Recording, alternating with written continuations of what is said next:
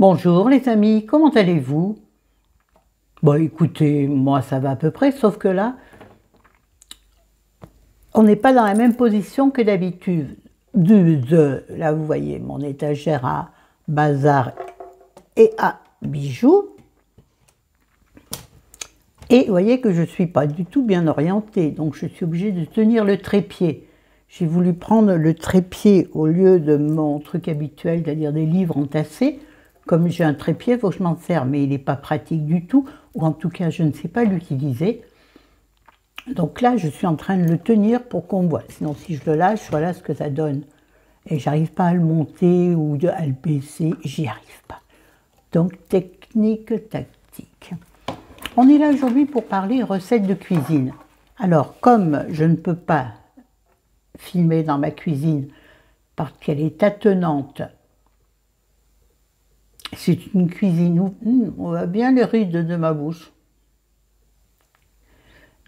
Comme c'est une cuisine ouverte sur le salon et qu'au salon il y a chéri, donc déjà ça m'embarrasse de parler devant lui. Et puis surtout, il y a toujours du bruit, c'est-à-dire la télé. Mais je trouve que je suis pas en face de moi-même. Vous m'excuserez pour ce cadrage plus qu'approximatif. Oui, donc je disais, je ne peux pas filmer dans ma cuisine en train de faire une recette. J'aimerais bien, la prochaine fois qu'il s'en va sur un temps assez long, j'essaierai de vous filmer une recette. Mais alors, pour mettre le trépied, je sens que ça va être très gai. Donc il va falloir que j'investisse dans un trépied. Ce n'est pas le moment d'investir dans quoi que ce soit. J'allais dire d'inutile, c'est un peu ça. C'est-à-dire, moi ma chaîne, je n'en lis pas, ma chaîne ne me rapporte rien. Même pas des abonnés, alors que les autres, ils montent, ils montent, ils montent. Et moi, je suis là depuis un temps très certain. Je ne sais pas, ça fait pas 10 ans que je suis sur YouTube. Attention, c'est pas glorieux, hein. Et je suis toujours à 1555, je crois, abonnés. Non, c'est une catastrophe. Bon, en même temps, je ne sais pas ce qu'il faut pour. Là, vous êtes en train de vous péter la tronche. Et je puisse le mettre comme ça, mais je ne peux pas, il ne tourne pas bien. Attendez, on va essayer de faire un truc. Ah bah, comme ça, on est bien, tiens.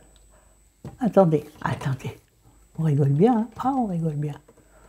Bon, écoutez, vous savez quoi, on va laisser comme ça. De toute façon, c'est pas ma tronche que vous avez envie de voir, c'est mes idées recettes. Allez, on y va. Cette vidéo sera en deux parties, puisqu'elle est, j'ai des notes, j'ai une page entière de notes. Alors, si je discute à chaque fois, comme je viens de le faire dans mon introduction, ta la la la la la, ta la la la la la. Alors, première idée, j'enlève mon bonbon pour commencer. Voilà, c'est mieux. Donc, parce que dans mon placard, enfin dans mon étagère plutôt, grande étagère, de haut en bas, on s'en fout, de chez Ikea, récupérée par un pote, il y a deux étagères qui me servent dans le salon de bibliothèque, et il y en a une que j'ai rapatriée. C'est une colonne, vous savez, de chez Ikea, les très vieilles colonnes, ça s'appelle je ne sais pas comment, on s'en fout, qui me servent de garde-manger. Et dans ce garde-manger, je parle là de choses non périssables, j'ai une boîte de maïs, une boîte de conserve de maïs, voire deux, et une boîte de pois chiches. Et je me disais, je vais faire quoi de ça? On n'aime pas trop le maïs, à part dans une salade de pâtes, par exemple. Et encore, comme disait mon père, on n'est pas les poules. Le maïs, c'est pour les poules, disait papa, qui mangeait bien dans les salades, hein, il n'était pas du tri. Oh, dis donc. Bref. Donc, je me suis dit, de moi-même, je vais faire une crème de maïs et de pois chiches. Donc j'ai égoutté mon maïs et mes pois chiches, tous ensemble dans une passoire. Je les ai rincés à l'eau froide, toujours à l'eau froide. Rincez vos produits, hein. L'eau chaude, c'est pas bon. Arrête de faire ça, on voit tes rides. Bah alors, j'ai 60 ans. Bon, là, ma couleur de cheveux ressort jaune, alors qu'en réalité, ils sont très bien méchés. Méchés, pas léchés. Je ne suis pas un ours. Non, c'est pas vrai. Donc, je me suis dit, je vais faire une crème oignon, pas du tout. Maïs, pois chiche, oignon, parce que moi, je mets des oignons et de l'ail partout. Donc, j'ai mis tout ça dans une poêle, pourquoi je dis poêle, dans une poêle, c'est comme ça qu'on disait chez moi, dans une poêle avec un tout petit filet d'huile d'olive, éventuellement de l'huile d'olive que j'étale bien sur le fond de ma poêle, ainsi que sur les bords de ma poêle, avec un pinceau en silicone. Puisqu'étant toujours en rééquilibrage alimentaire, je dirais en restriction alimentaire, oui, oui, oui, oui. Je mange de tout, mais avec parcimonie. Il est toujours là, celui-là. Il m'énerve, tu bois, il est là, tu manges, il est là. C'est un intrus pénible, un pique-assiette. Et c'est dit pas que je me suis dit, j'avais beaucoup de noix de cajou, nature et salée. Et comme on ne reçoit plus grand monde, vu que ceux qu'on prenait pour nos amis ont disparu, alors, la disparition des amis, ça aussi, il faudrait que j'en fasse une vidéo, tiens, ce serait pas bête. Les gens disparaissent face à la maladie, face aux problèmes financiers, des fois que tu leur pompes leur argent, face à la mort aussi.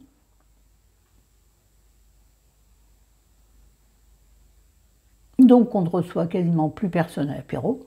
J'ai dit quasiment, parce qu'il y a d'autres gens qui sont là, alors que on n'aurait jamais tellement parié sur eux, ils pourraient être nos enfants, mais ce sont des gens merveilleux. Pas ça. Donc je me suis dit les noix de cajou. Donc je les ai rajoutées, oui, avec mon maïs, mes pois chiches, mes oignons, et rajouté les noix de cajou. J'ai fait revenir ça dans un peu d'huile d'olive pendant un petit moment. Vous direz, qu'est-ce que je pourrais vous dire? 10 minutes à peu près. C'est pénible, hein, je me vois mal. Enfin, je me vois mal. Voilà. Je tiens la main droite, donc heureusement avec la main gauche, vous seriez par terre.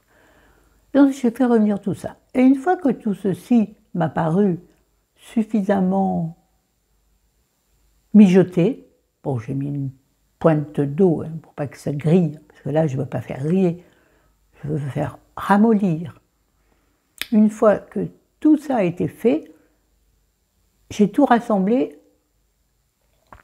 et moi j'ai de la salive en trop.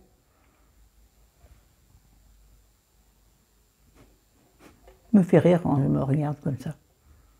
Me dit, pas de maquillage, pauvre fille. Ni sur un rouge à lèvres, rien d'autre sur ma peau de déesse romaine, me dit chérie.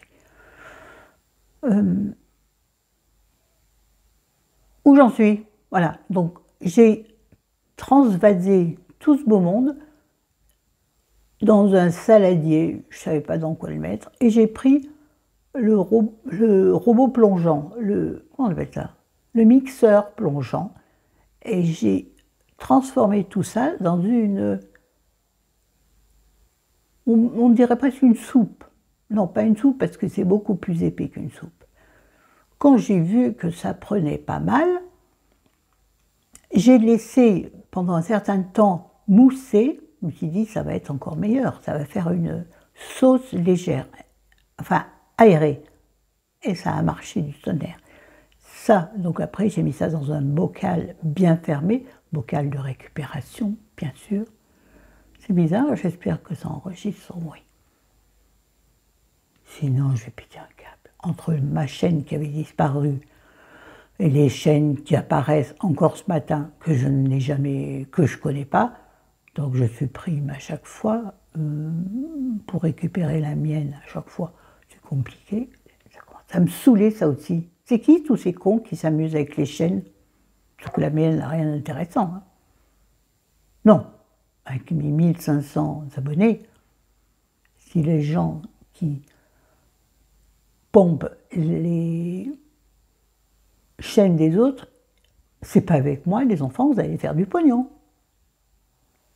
Je vous le dis. On était où? Il y a donc ma crème que j'ai mise dans un bocal bien fermé, un bocal hermétique, donc bien fermé égale hermétique. Florence, 2 fois la même chose dans une phrase, ça s'appelle un... je ne sais plus. Bref. Voilà. Et ça, servi sur des pâtes, c'est délicieux. Bien entendu, à twister avec les épices que vous aimez. Ceux que vous avez chez vous, hors de question d'en acheter. Enfin, si vous n'en avez pas du tout, c'est possible après tout. Oula, si vous n'en avez pas du tout, c'est possible après tout. Je le répète en plus, la dondon.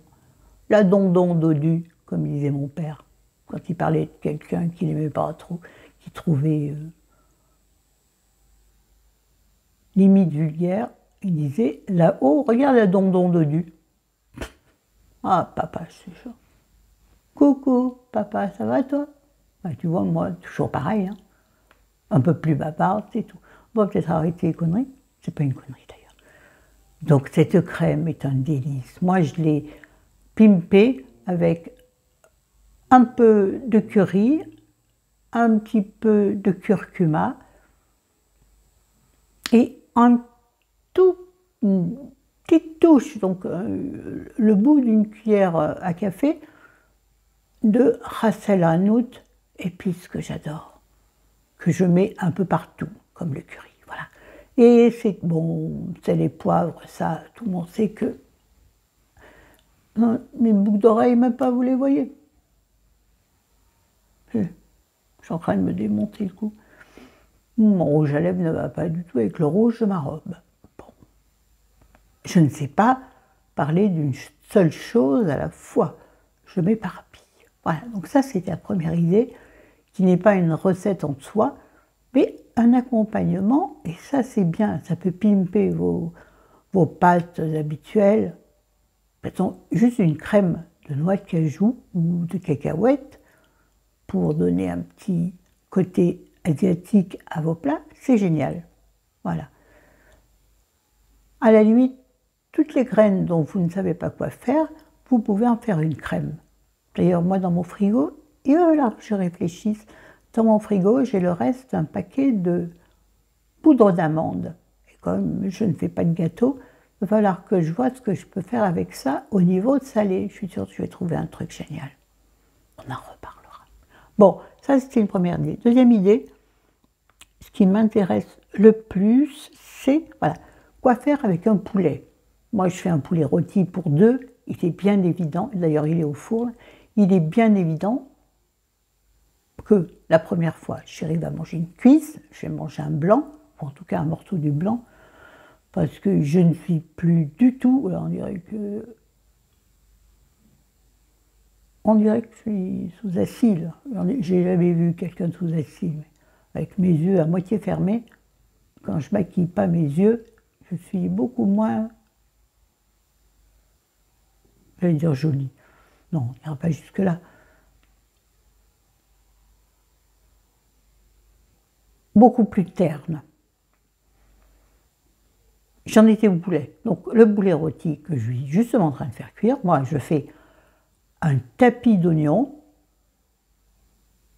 où je mets 1 ou 2 petits morceaux de beurre, ou si c'est vraiment en restriction alimentaire, je ne mets rien. Et normalement, le gras du poulet suffit à faire dorer les oignons et à leur donner, à faire un goût, un jus goûteux. Là, j'ai mis un peu de beurre. J'avais envie, oh zut, il y en a marre, les restrictions budgétaires, les restrictions alimentaires, les restrictions ta mère. Pardon. Salut maman.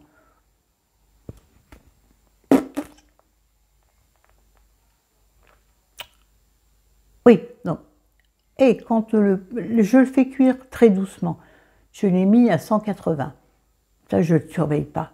J'attends qu'il j'ai mis un poil d'eau aussi au fond pour que les oignons fasse justement un joli jus et ne grille pas, faut surtout pas qu'il grille, ça donne un goût amer. L'oignon noirci donne vraiment un goût amer au jus et c'est très mauvais. Au goût, j'entends, c'est pas bon du tout. Ben, moi, j'aime pas en tout cas. Pourtant, tout ce qui est grillé ne me gêne pas. Non, il n'y a rien à chercher comme humour du tout. Alors, avec ce poulet, donc on mangera ce soir une cuisse et un blanc, ou un morceau de blanc. Puis, le restant, je vais le laisser en dehors du jus, parce que le jus reste chaud longtemps. Donc j'enlève mon poulet que je pose sur une assiette ou sur une assiette. Quand nous aurons fini de dîner, donc j'aurai mis un peu de jus avec les oignons sur les parts que j'aurai servies pour monsieur et moi-même. Ah non, j'ai oublié, avant la fin de la cuisson, je rajouterai autour de mon poulet, sur les oignons, des petites pommes de terre déjà cuites à la vapeur. Achetées toutes cuites, je dois dire. Ouais. Oui, ben c'est comme ça. N'oubliez pas que je suis handicapée à gauche. Je dis ça si jamais il y a des gens qui ne me connaissent pas passer par là. Je suis obligée de me simplifier, peut-être de me simplifier la vie, sinon je n'arriverai jamais à vivre. Oui, c'est exagéré, bien sûr. Je prévois aussi une vidéo où je parlerai de vivre avec un handicap et avec quelqu'un qui est handicapé. Mais j'ai vu des vidéos de gens handicapés et moi, je ferais mieux fermer ma bouche parce qu'on n'est pas si mal lotis. Je voulais la faire aujourd'hui, mais je me suis rendu compte qu'il fallait que je revoie les choses autrement. Bref, donc, je rajoute mes pommes de terre pré-cuites autour de mon poulet, sur mes oignons, avant la fin de la cuisson du poulet. En montant le feu, façon grill, pour justement faire d'abord griller un peu le dessus du poulet, et les pommes de terre que j'aurais mis autour, que ça ne fasse pas des pommes de terre bouillies, quoique bouillies dans le jus, c'est très bon. Voilà, donc une fois que j'aurai utilisé un peu de mon poulet, après le dîner, j'aurai donc mis mon poulet de côté. Après la vaisselle, oui, je n'ai pas de lave-vaisselle. Et pour quelqu'un d'handicapé, c'est-à-dire qui travaille plutôt à droite et la main gauche est là pour soutenir, mais elle ne fait pas grand-chose, elle n'a pas de vie propre. Il faut que je l'incite à vivre, enfin, à servir. Bon bref, donc je découpe la deuxième cuisse, je découpe le deuxième blanc que je mets dans une boîte. Ces deux éléments-là serviront pour un autre repas, soit en poulet froid, soit en poulet réchauffé. Et sinon après, donc ça c'est plutôt le lendemain, je dépiote tout ce qui reste sur la carcasse, mais vraiment tout, j'y vais à la main. Normalement, avec des gants, c'est mieux. J'en ai, mais je ne sais pas travailler avec des gants. Donc, je me lave bien les mains et je dépiote mon poulet avec ma main. Avec mes mains, à l'origine. Bon, je me dépêche. Attendez, je regarde l'heure qu'il est.